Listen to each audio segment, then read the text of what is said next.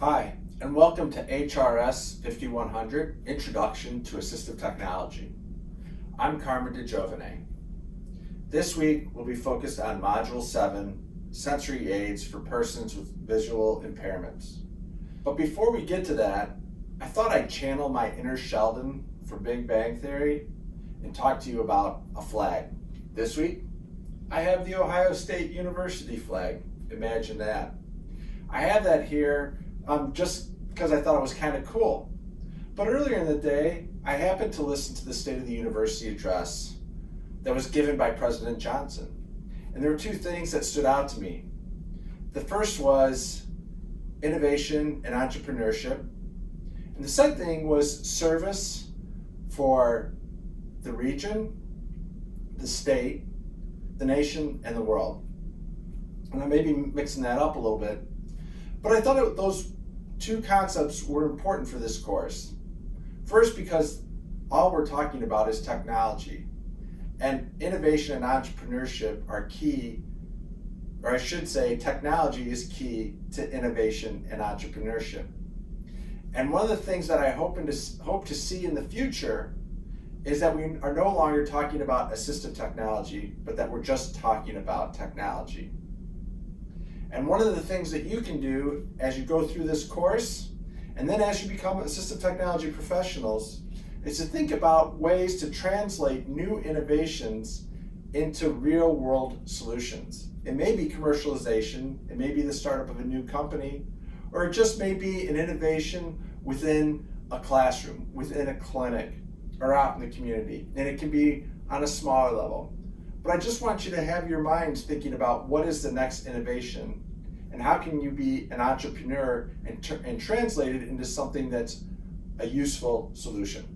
So, the Ohio State University. Okay, now we'll get back to the course. In Module 6, we talked about computer access and we did a tech evaluation. So I hope you enjoyed the tech evaluation. In Module 7, we're focused on visual impairments. And a lot of the technology around visual impairments also overlays with computer access. So we see a lot of overlap between the two, which isn't surprising. The tech evaluation, you'll download an app or an extension, I guess, for Google Chrome, and it's called No Coffee, and it'll give you a sense of what is it like to have a visual impairment. The goal is not to get you to feel as if you have a visual impairment, but to get you to start to think about how can I learn about a person and a person's impairments, and then what technology, so we're talking about this whole assessment process, what technology would I use to support that individual, to overcome the issue or to overcome, the issue or the problem that we're addressing. So I think you'll find it interesting. Students in previous classes have always found it interesting.